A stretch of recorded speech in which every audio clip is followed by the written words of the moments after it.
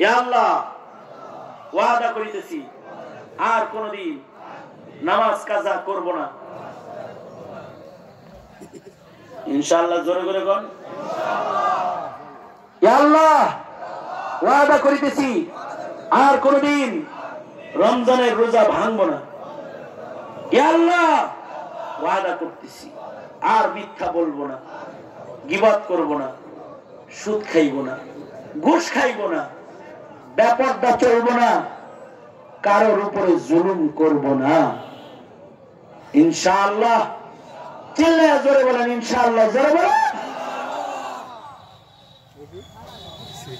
আরেকটা ওয়াদা।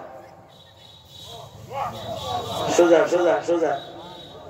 এই কোরআন শরীফ পড়া যারা জানেন তারাও বলবেন আমার লাগে, আর যারা জানেন না তারাও বলবেন। বলেন ইয়া আল্লাহ ওয়াদা করিতেছি তোমার কালাম কোরআন পড়া শিখবো ইনশাআল্লাহ।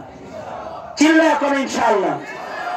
শুধু নিজে পড়া শিখবেন নাকি সন্তানকেও শিখাবেন?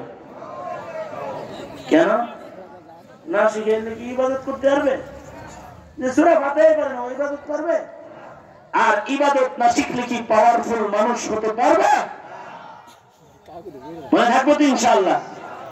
এই যে তালিমুল কোরআন মাদ্রাসা, এটা আপনার সন্তানকে ইবাদত শিখানোর জন্য